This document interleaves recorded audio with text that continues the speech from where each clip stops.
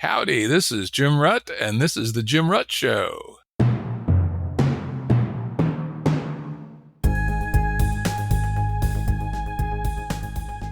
Listeners have asked us to provide pointers to some of the resources we talk about on the show. We now have links to books and articles referenced in recent podcasts that are available on our website. We also offer full transcripts. Go to jimruttshow.com. That's jimruttshow.com. Don't forget to check out my relatively new Substack at jimrutt.substack.com. There's some pretty good stuff on there from the last few days. Today we're going to be doing something just a little different. We've done it before 3 or 4 times. We've got a guest host today hosting the Jim Rutt Show, Graham Dempsey, who's been on the show at least twice, maybe 3 times, I don't remember. We had some good conversations. Today he is going to be the host, and he's going to grill me on some of my recent articles, specifically Minimum Viable Metaphysics and what I mean by metaphysics and anything else he feels like grilling me on. So, Graham Dempsey, tell the crowd a little bit about who you are, what you do, and then let's get down to it. Sure. Well, I appreciate this opportunity. I always love being on the Jim Rutt Show, and in this case, hosting. What do? I write books. I'm a researcher. I explore complexity and meaning and worldview. Currently doing that primarily at the Institute of Applied Metatheory, and I've really enjoyed our conversations around all of those topics. So, yeah, with a background in some philosophy and religious studies, I have a little bit of something to say here and there about metaphysics, so I suppose we'll have an opportunity to unpack what it is you're getting at, and looking forward to this. Yeah, it should be good. Take her away. So, you have published these 2 really interesting works. It seems like you've been sort of gestating these for a little bit, and what I want to do actually is start with the second piece that you wrote, which was something of a follow-up explanatory piece called What I Mean by Metaphysics. I feel like that would be a good place to start, given that you're trying to communicate a so-called minimum viable metaphysics. So let's start there. What do you mean by metaphysics exactly? What I mean is, what are the assumptions we have to make to be able to process the world in an intelligible fashion? You know, there are some things that we can learn through empiricism, through creating theories, validating them with experiments, etc., or we can learn participatorily, we can explore emotionally. There's lots of ways to learn in the world. But for me, and I know other people use metaphysics differently, I think I'm closer to Aristotle's original meaning of metaphysics, so not identical with it, and to a degree related to Kant's transcendental natural metaphysics. But again, not exactly. In the school of modern philosophers, probably closer to Quine than anybody else, though he goes a little too far in his minimal. He just says 0, right? And so what I look at is, what assumptions do I have to make? You know, I want to generally build from data, from theory, from experience, from what actually plays out. But without a very tiny number of assumptions, I argue that we can't get started. So that's what I mean by metaphysics. What assumptions do we have to make before we actually start to learn and to reason? Yeah, gotcha. And when I was reading your piece, I was thinking about actually that kind of transcendental framing, which doesn't necessarily mean, again, transcendental metaphysics sounds like maybe something that people associate with New Age emporia or something like that. But like in Kant's case, right, it's just an attempt to try to consider what must be the case for, in his line of thinking, for the mind to be as it is. But when I was reading your piece, I was actually reminded a bit of the work that the critical realists were doing, and folks like Roy Bhaskar. I've been trying to get into them, and my understanding is that there's a sort of question you can also ask that sort of, what must the world be like for our experience to be as such? And that seems to be the way that you're going about this, as sort of the presumptions of what needs to be the case for us to have knowledge of the world and for science to work the way it does. Those are sort of transcendental, abductive sorts of arguments. Is that a fair reading of what you're trying to do? Yeah. I think I mentioned in the second essay, I think abduction is actually something fairly close to, the explanation, best explanations from what we have as one of the tools that, I sort of just naturally use in the Charles Peircean pragmatist sense. And actually say a little bit about that first for people listening who, the difference between deduction, induction, and abduction, because I actually think that they play a significant role in some of the arguments that you're making. Deduction is where one thing logically follows from the other. Think formal logic, think mathematics, basically systems of axioms and essentially mechanical postulates. And they're very important because they help us rule out errors in our thinking, right? If things are stated in such a way that they kind of look like logic, but the logic fails, then that's bad deduction. But it's an important tool, and we have to use it all the time. Induction is one of the principles of science, but it's also been the tool that humanity has always used, which is looking at many examples and seeing what patterns we can induce from the facts as we see them, and often creating either rules of thumb, heuristics, or theories about what we think we see in the patterns of observation and experience. And then abduction is basically taking the world as we find it and coming up with the best explanations that we can that consider all the aspects of what we know about the world, what we know about reason, what we know about human psychology and its failings, right? Just since I wrote those articles, I've started reading David Deutsch's The Beginning of Infinity. This is a book of immense power and importance, if not the most clear thing ever written, called The Beginning of Infinity. And he lays out the concept of good explanations. And he's quite rigorous about what he means by good explanations. I'm not going to go into it. Not sure that I could because I haven't finished the book yet, but it is closely related to the abduction principle. Gotcha. Now, I wanted to poke a little on this languaging of this in your piece. When you're talking about metaphysics and its difference from, say, mathematics and science, you say mathematics and logic don't need the physical universe to exist at all. They operate in the realm of pure form and relation. I thought that was an interesting and rather bold and not particularly minimal claim to make, because one way that people could read what we're doing with mathematics is building up abstractions based off of our experience of physical reality. And to say that something like mathematics and logic exist without a physical universe is sort of seeming to say a lot of metaphysical things. So can you clarify that a little bit? Yeah, this actually gets back to another one of my essays I should have sent you called Paradox, No Paradox, in which I lay out my strong belief that there are no paradoxes in the real world. The real world is what it is, and there's a tree of causality since the beginning, and if one had the data and the time, one could track every single move to the present day. And there's a second tree, the tree of emergence, and the two have to be exactly in sync at all times. And I then say that the paradoxes we think we see are always in our formal systems. A classic example from, high school philosophy is Zeno's paradox. You shoot an arrow at a target, because it has to go halfway there, and then it has to go halfway to that point, and halfway to that point, the arrow can never get there. And you could lay out a logical set of syllogisms that could convince you that that's true, but it's obviously bullshit, right? If I shoot the arrow, it goes to the target. And so a very important part of my metaphysics, I think that's a thing. If not, what the hell? Send me a quarter every time you use it, is that there are no paradoxes in the real world, but we certainly can have paradoxes in our formal systems. And of course, that closely touches on the things that we know our formal systems are by definition incomplete. Gödel's incompleteness theorem, which is also very, very similar to Turing's halting problem and other related aspects of the nature and limits of formal systems. And I like to make the point that if you're dealing with a paradox, you're not dealing with reality. You're dealing with how we describe reality.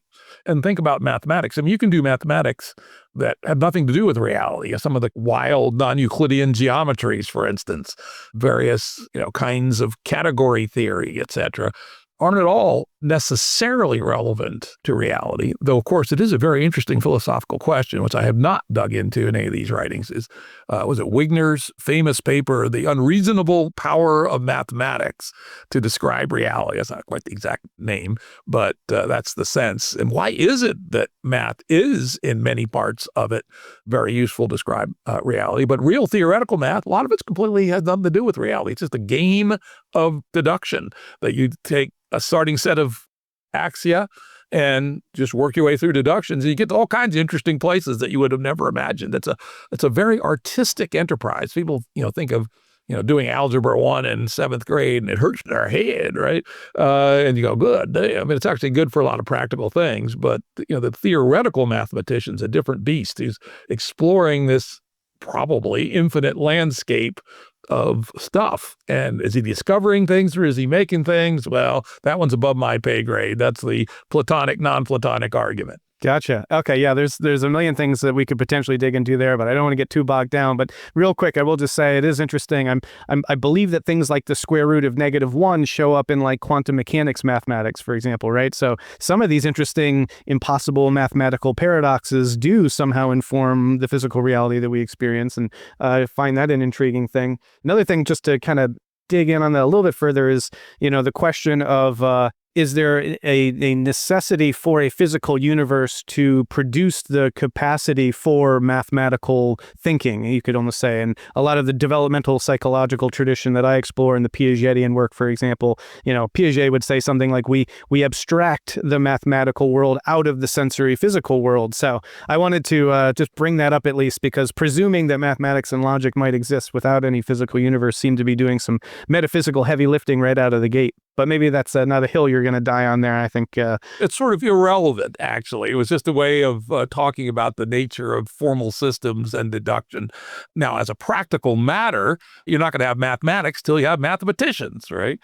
From the causal tree and the emergent tree, no one's going to actually create mathematics until there's mathematicians who are playing those games, who define the rules and are playing those games. But those relationships still, I would argue, still exist, right? And I suppose I am a bit of a Platonist there, in that long before there were mathematicians, square root of -1 existed in some sense. So I guess I am more of a discover kind of guy when it comes to mathematics. But I don't spend a lot of time worrying about that one.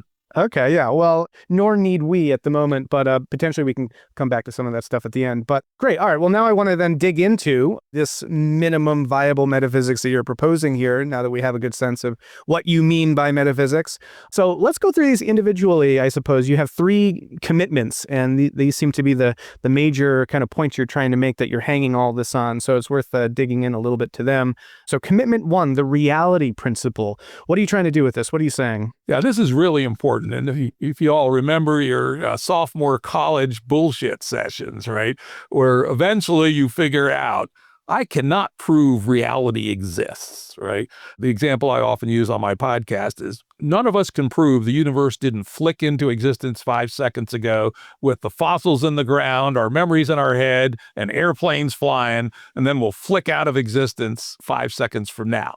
Can't disprove that. Can't disprove the brain in a vat, the Matrix movie principle. Can't disprove that.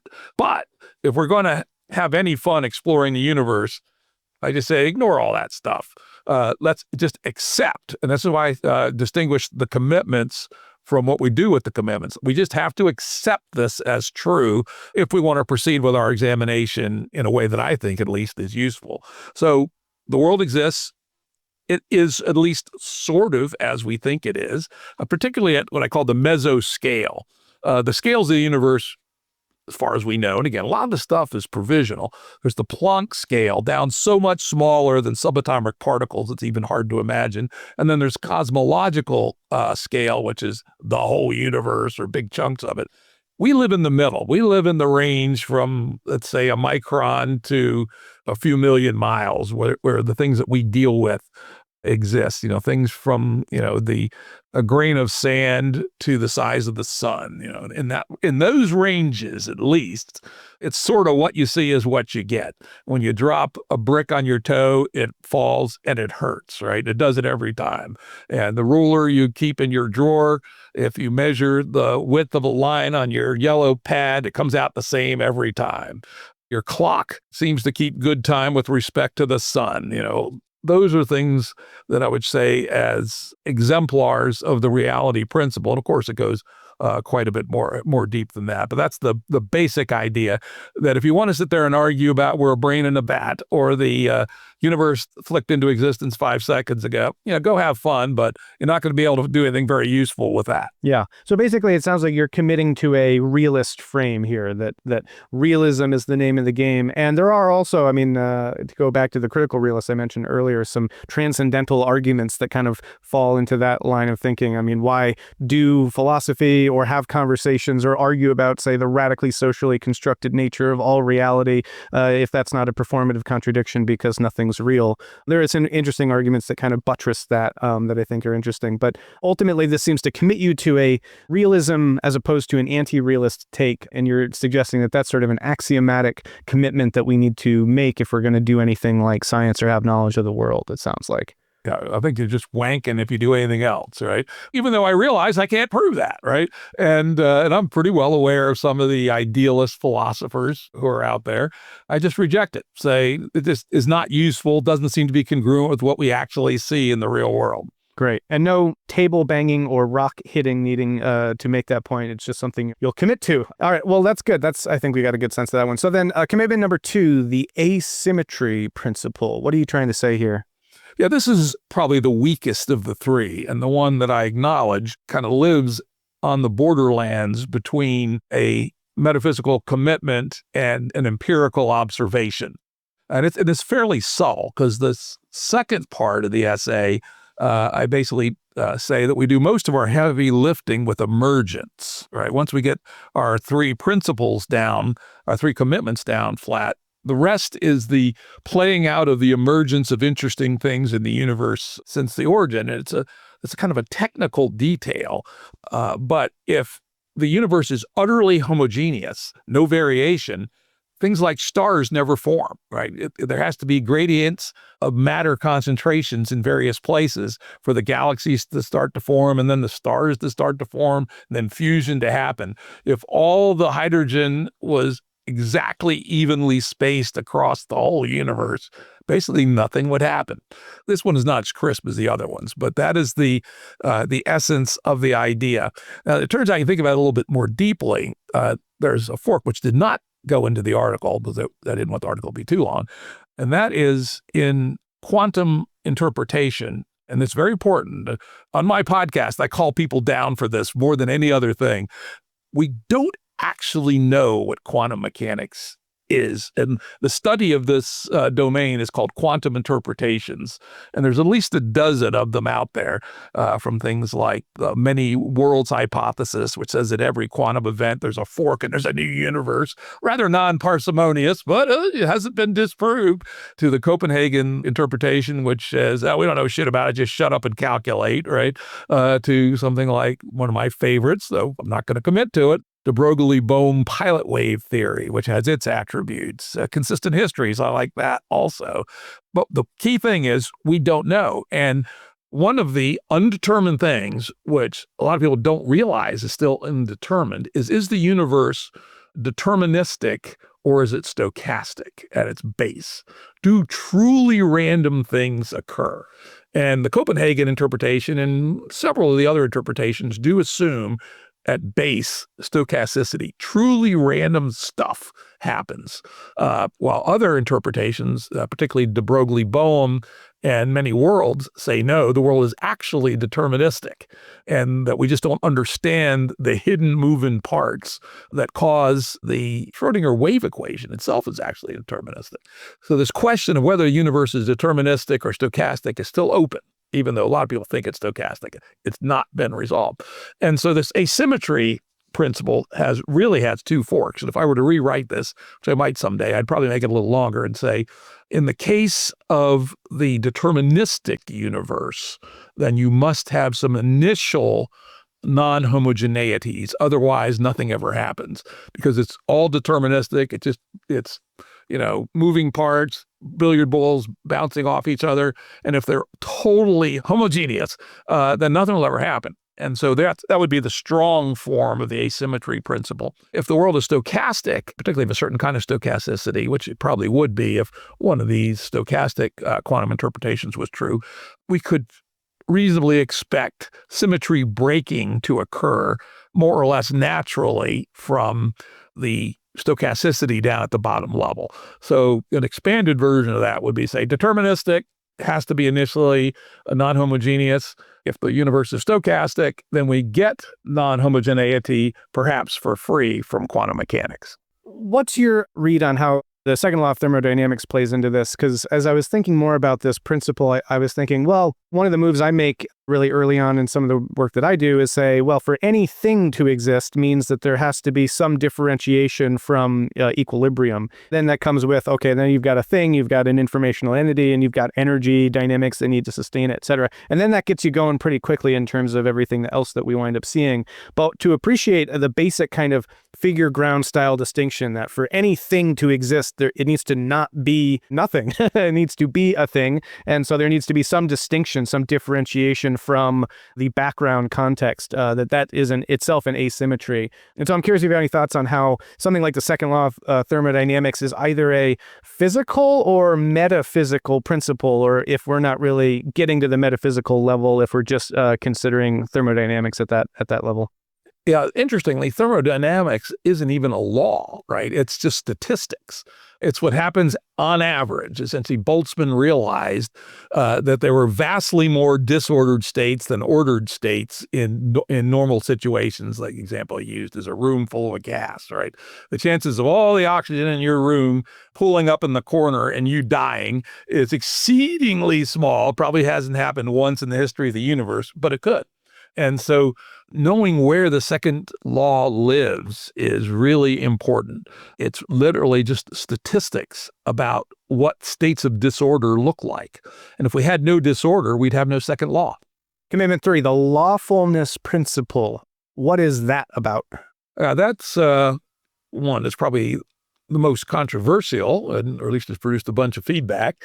And that is that I believe, and can't prove, but again, in the case of wanting to accept as axioms a few things to allow us to do further work, is that the universe isn't entirely ad hoc. And this is where I do digress from Peirce, where, he believes that maybe there aren't universal laws and that they're local, and that, as he calls it, the habits of the universe that it falls into through its unfolding doesn't seem to be what I'm seeing in the universe. But of course, I could be wrong. And so I assume that there is a base level of lawfulness. And we think we have all these laws written down. I'm also quite sure we don't know shit about the lawful layer, or at least our knowledge is quite incomplete, and maybe at a sort of at a high level, it's sort of right, but beneath that, we haven't a clue. But probably even at the upper levels, there's some things really wrong. For instance, what the hell is dark energy? Right? Doesn't fit any of the explanations that we have very well. Dark matter, maybe a little less spooky. There's some plausible explanations for that. But nonetheless, at some level, there are some rock solid things that are true. And they may not be universal in time and space. For instance, there are alternative theories of gravity, which says that gravity could be different in different times and space. That's not been proven, though I do know of some very interesting work that's going on the rotational speeds of galaxies at different times in the history of the universe, which is maybe giving a little hint that maybe gravitation is different in different time, places and times. But I would expect, if you accept the lawfulness principle, that the way it varies in time and space is explainable, right? Which is, okay, there's some curve in time that the parameter g, the Newtonian gravity constant, isn't constant in time and space, and it varies this way in time and space. So it's lawful, but at a different level than, say, Newton's laws of gravitation would have it. Now, this is a little of an aside. It gets us a little bit away from metaphysics and a little bit to empiricism. I have a strong suspicion that there is a significant set of lawfulness that is invariant in time and space. And that is the gauge forces, basically the weak force, the strong force, electromagnetism.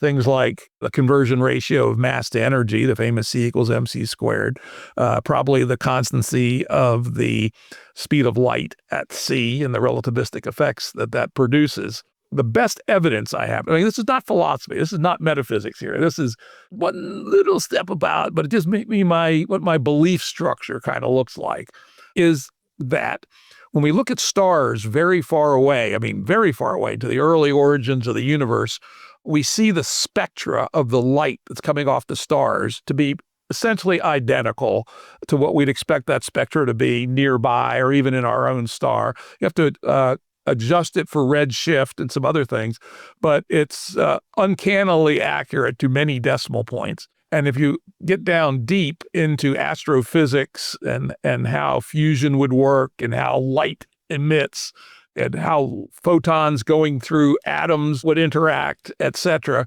it's essentially impossible to get the spectra to be the same with any change almost at all in the strengths and attributes of those fundamental parameters.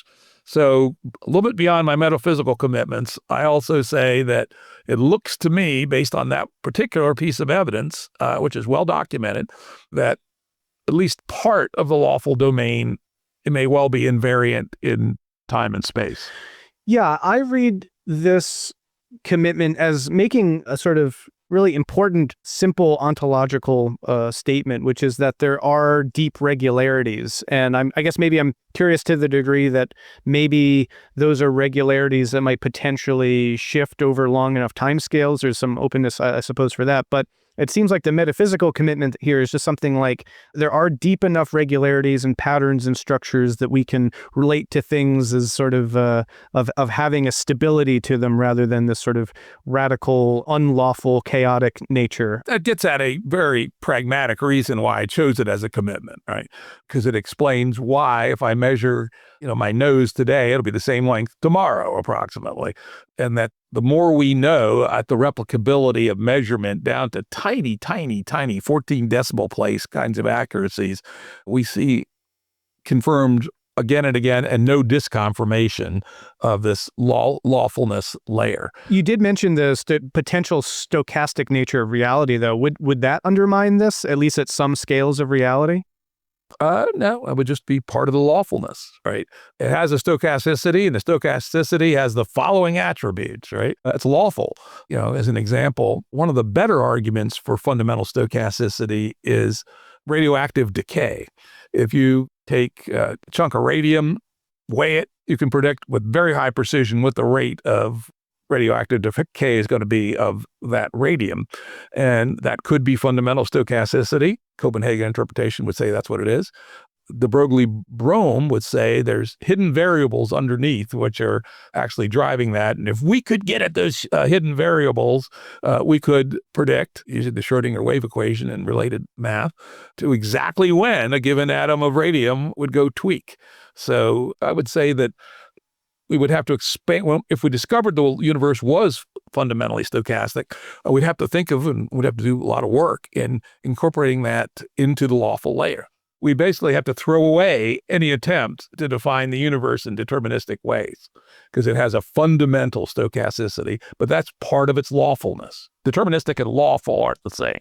Okay, great. So those are the main commitments that you're offering here. Reality principle, asymmetry principle, lawfulness principle. Now, I want to see what you wind up doing with these, but real quick, I also want to throw into the mix, probably to your consternation, what about consciousness? Because some people will say, well, you could have all these things, but if there's nothing around to experience it, then what about that? So where does the observer and the kind of conscious space enter into your metaphysics? Oh, that's easy. People say that's a hard problem, not the hard problem, but a hard problem. I go, it's completely irrelevant. Reality principle says the moon was there before there were people, before there were chimps, before there were frogs, before there was anybody that's likely to have had any consciousness. Consciousness very strongly exists on the other side of the divide, which is in the tree of emergence. Period. So then, having kind of laid these out, I feel like the second part of this essay then starts to kind of draw out the implications of them. You say, for example, these three commitments taken together predict something we find confirmed everywhere we look. When reality's lawful dynamics act on asymmetric conditions, novelty reliably appears. Call this the principle of emergence, which gets us to emergence. Now, I noted that your principle of emergence was not one of your three kind of commitments here. There's other kinds of principles. Why not make the principle of emergence also one of your core commitments? I thought about it, but I couldn't figure out how to say it intelligibly. Aversion to, I might get there. The other one that I punted on was one could argue that causal time is a necessary commitment as well.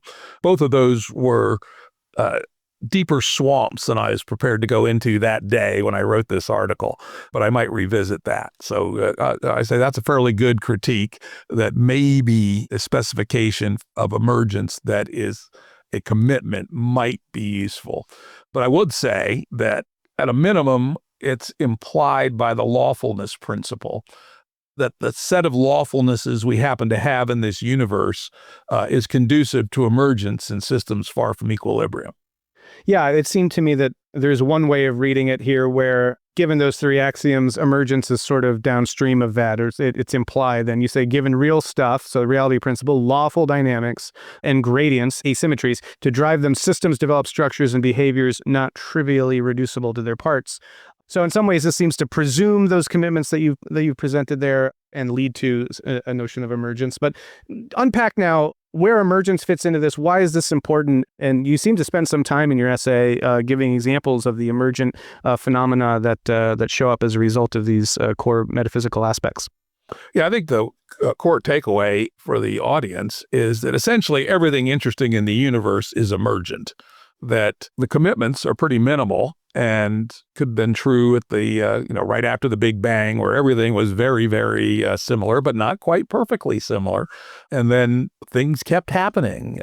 First particles came around, then nuclei, and then atoms, and then they were clumpy, and so they formed stars.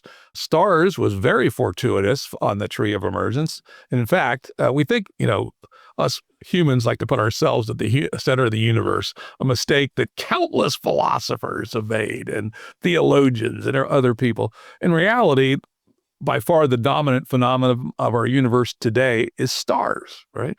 Those things are pouring out unbelievable energy gradients that make any human activity utterly inconsequential in comparison. And there's 100 billion stars in our galaxy alone, some of them a lot bigger and hotter than our sun, more of them smaller, as it turns out. And there's at least 100 billion galaxies in the known universe. So the power being put out by all the stars right now is unbelievable. And it provides a very strong gradient of non-homogeneity and all kinds of interesting things, come out of that. Let's, talk a little bit more about why I laid out all these steps along the way. Initially, you had so-called first-generation stars, the first ones that had to have some clumpiness in the matter to occur. They came in, got dense enough that fusion energy started being created. And if the star was big enough, the burning of the star, and for those big early stars, it was pretty short, 100 billion years maybe, and ended up in a supernova typically. And during that amazing flux of particles in the supernova stage, where the star literally explodes in a few minutes, the heavy elements got created. The universe not initially, but in the first few seconds, maybe take it out to a couple 100,000 years, when we settled down to matter as we know it, we had hydrogen, helium, and a teeny bit of lithium, and that's all. We don't get things like life from those three elements, at least not life as we know it. But during these supernova of the earlier stars, all the heavier elements were created, iron, sulfur, oxygen, carbon, etc. The sun, our sun, is thought to be at least a third generation star. And each of the generations was essentially concentrating these heavier elements. So when the cloud of gases and dust came together to form the star, the sun, maybe 5 billion years ago, it was much enriched with these heavier, interesting elements that can interact with each other in far more interesting ways than hydrogen, helium, and lithium.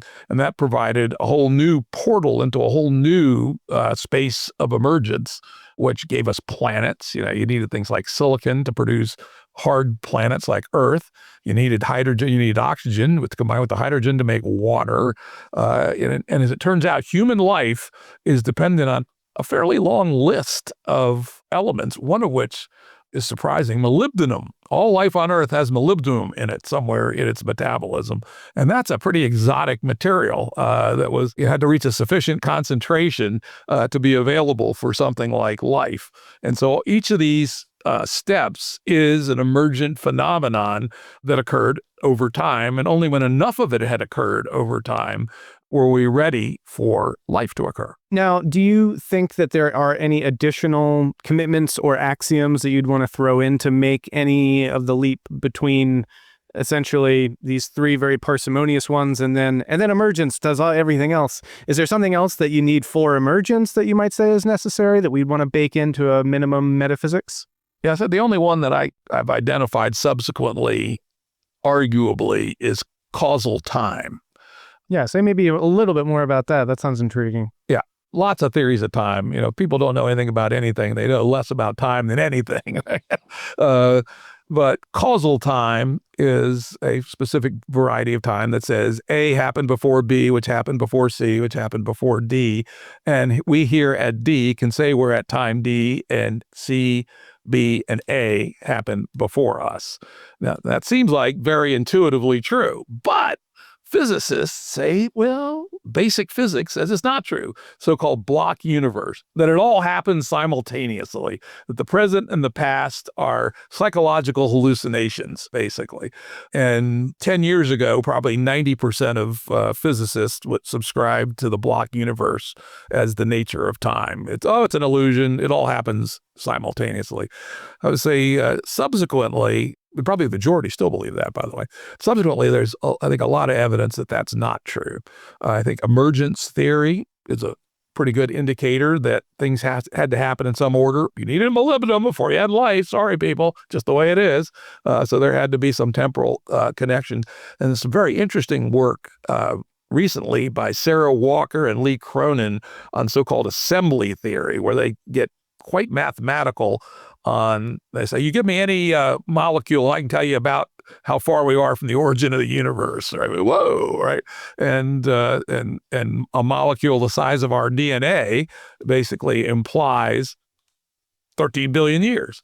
And I think that is one of the stronger arguments against the block universe. And I actually did a podcast with Walker and Cronin, and then I did another podcast with Walker on assembly theory. And we all agreed that, take that, block universe. We don't think that's true. So I guess anyway, the one additional thing I might add is causal time, that things happen one after the other in a way that if we had a God's eye view, we could record everything that happened. It sounds like then, yes, there's been a kind of revolution or paradigm shift in physics that's allowed for theories of emergence to be more commonplace and more commonly accepted, even if still not a majority position. At the same time, though, there's still, I see even any given day across my social media feed, I might see an article from some popular science journal or something saying, emergence is magic and it's nonsense. It doesn't make sense. And I don't know if you want to just unpack that a little bit more. Is there a definition of emergence that you're using that doesn't give any room to folks who just want to say, well, that's just a magical hand-wavy thing? And I mean, using these axiomatic commitments, someone could say, well, this does just then lead to emergence, which then takes over and does everything else. But yeah, maybe just define that a little bit more so that that's clear what you mean by that or what goes into that. Yeah, great question. And it's actually the area that I'm working on in scientific work. I've got a paper that makes a small step in trying to clarify this. The history of the use of the term emergence is kind of interesting, right? And there's the argument of weak emergence, which is, talking about emergence is just a handy way to describe what's going on. And then the so-called strong emergence is there's something spooky and mysterious and it's real, right? I don't accept either of those. I believe that emergence implied by lawfulness and causal time, and that we can actually lay out the mechanisms. And I'm working on a hypothesis called temporal reciprocal emergence, which tries to do just that. And the key takeaway is what emergence is and why it's so amazingly difficult and seemingly paradoxical is the main claim of emergence having to distinguish between short, weak, and strong, is that there's top-down causality. Here's the example. Here I am, a pile of chemicals, right? If those chemicals were in a 55-gallon drum sitting in my driveway, the probability of those chemicals leaping out of the drum, walking down 2 blocks to the convenience store and buying a 6-pack of beer and walking back is essentially 0, right? But if it's Jim Rutt sitting on his easy chair in the front yard and he goes, I'm thirsty, I think a 6-pack of Budweiser go on pretty good here, that top-down decision basically causes all those poor molecules to do shit that they normally wouldn't do, which was to get up off their ass, walk down the street, and buy a 6-pack of beer. And it seems to me obvious that downward causality is real. And we just have not been able to explain it very well. And think about the paradox, which is if we accept realism and maybe a little bit stronger form of materialism, I am made out of those molecules. All my matter is those molecules. And how is it that those molecules, being just dumbass molecules, are able to organize themselves in a way that they can be told what to do by something at a higher level? And this is one of my core holdings about emergence and complexity in general, is that view that it's a paradox misses the fact that our universe is about both the dancer and the dance. So the molecules are dancers, but the things that they're doing at any given time are the dance. And one of the dances that they're doing is this very complex and complicated homeostatic metabolism, which as long as I'm doing it, I'm what we call alive, right? And when they stop doing it, I'm not alive anymore, and I'm a bag of chemicals that's fairly quickly breaking down. And one of the things that this bag of chemicals does is, and we'll get to your topic of consciousness, is first we had neurons, then we had clumps of neurons, now we have quite variegated and complicated neural systems in higher animals, probably from amphibians on up. And it's somewhere along the line, one of the manifestations of these neural systems is what we call consciousness, where we can say that I said to myself, I'm going to the store and getting the 6-pack. But I would say that consciousness came long before verbalization, down to probably a frog, or a frog is seeing in its sensory movie, if you want to call it that, something that looks like a fly, and so it sticks out its tongue and grabs the fly or misses. And the fact that the tongue flipped out based on information in the sensorium is its own kind of downward causality. And so you don't even really need anything like human consciousness to get downward causality. You need to get something that exists amongst the aggregations of the pieces that nonetheless tells the pieces what to do, and that not being a paradox. And my work on temporal reciprocal emergence, paper publishable soon, I hope, is that the way you break the paradox is that it's a spiral, not a circle. That the state of the aggregate in the recent past basically changes the probabilities of what happens next. And it's quite a complicated story, but that's it in very short form. So I talk about the time-space spiral that allows us to escape that paradox. And so something like that, I suspect, is how we ground emergence in physics. And no magic. I'm strong, no magic, dude. No strong emergence, but more than weak emergence. Mm-hmm. Yeah, something about information there seems really important. And I think what the work that Eric Hole is doing is also very significant here. My TRE formulation is completely compatible, but goes beyond Hole. Hole is very information theory and basically says that you can determine that your coarse graining of the world into layers is approximately correct if the explanatory power of downward causality is at a local maximum. So that the information theory measures show that the downward causality is strong. When I talk about a person versus its molecules, that's a powerful information theoretic way of explaining. I think that's almost certainly correct. But what he doesn't provide is any explanation of the mechanisms or the dynamics of how that actually occurs.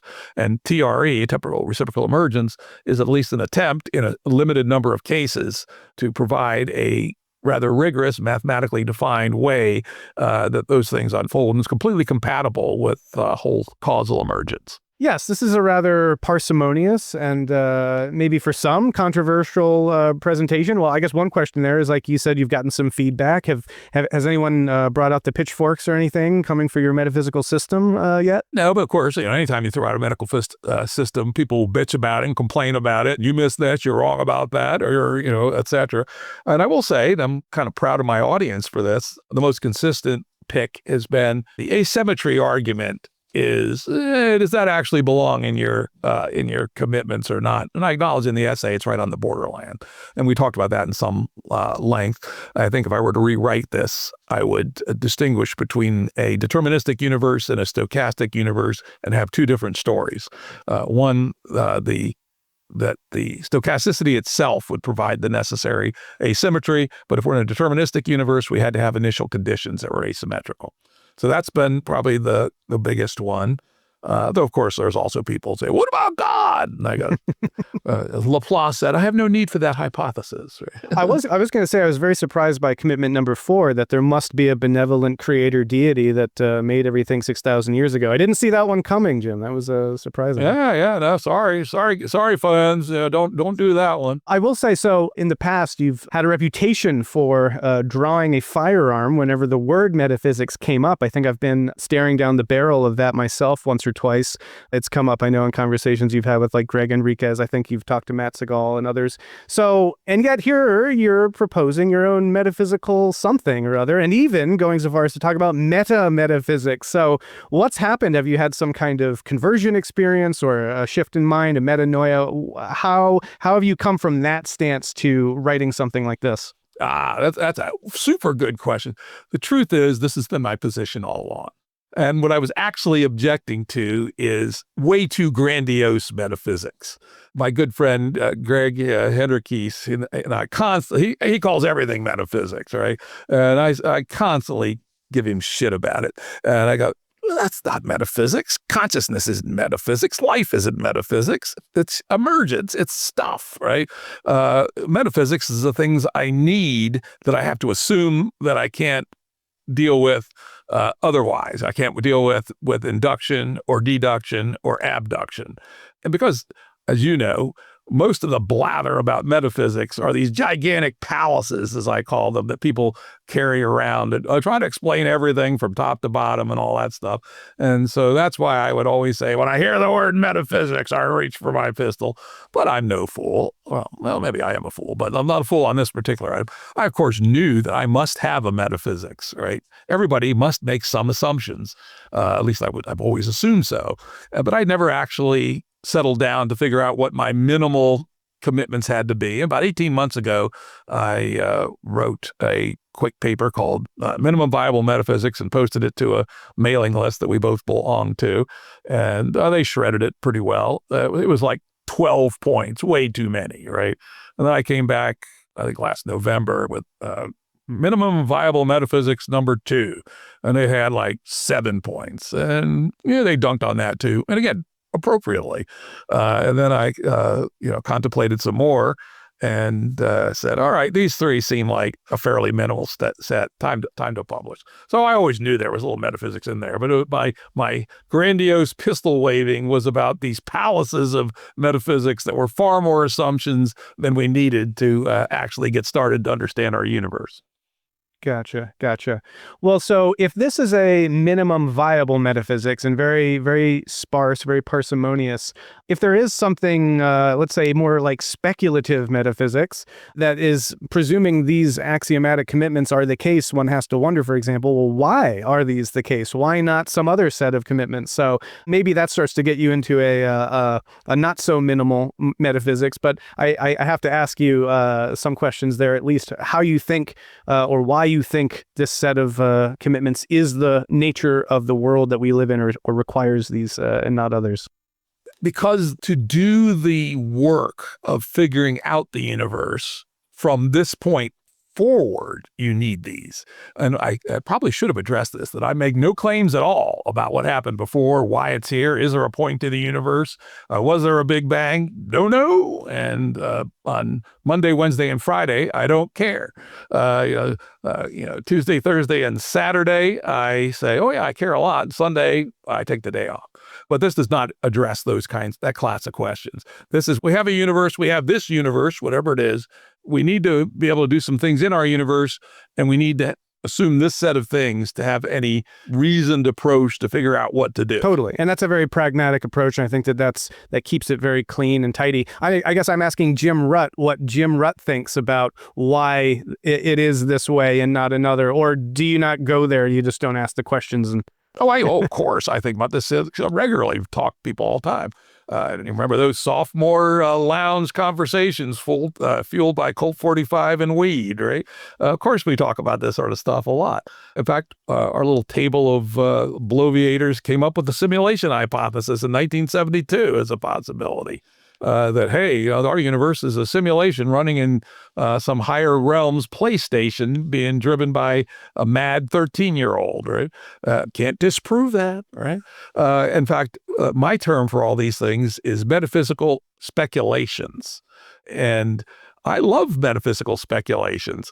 I just refuse to accept any of them as being true until there's some evidence. And purpose of the universe, having a clue on that one, frankly.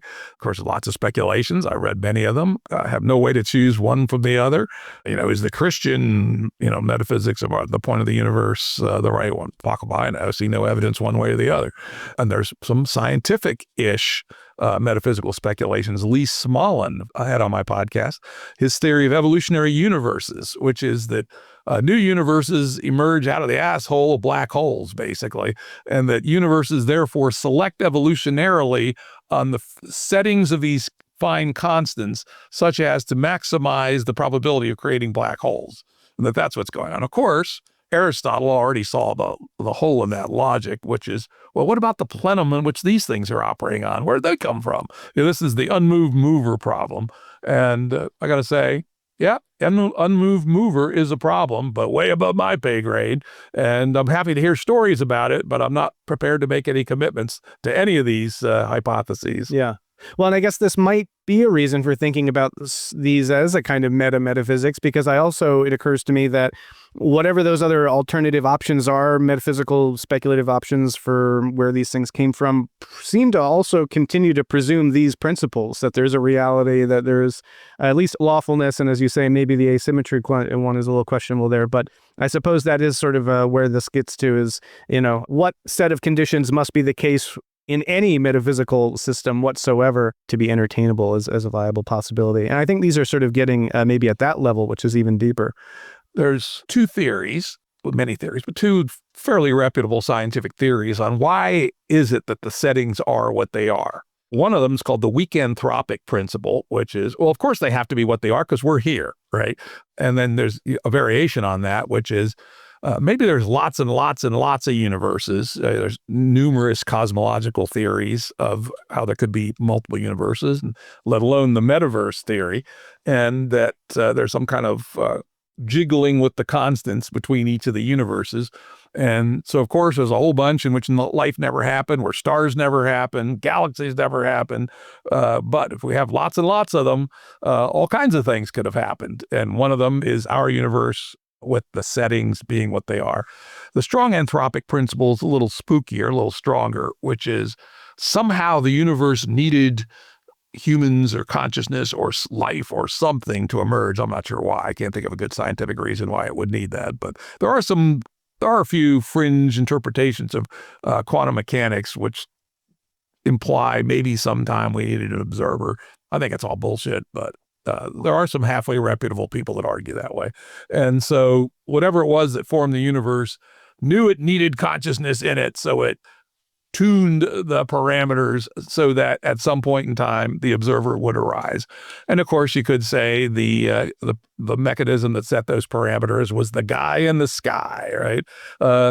Or it could have been something else. It could have been the United Nations of the higher plenum said, well, we need to explore this consciousness thing. What would it take to create a universe in which consciousness emerges?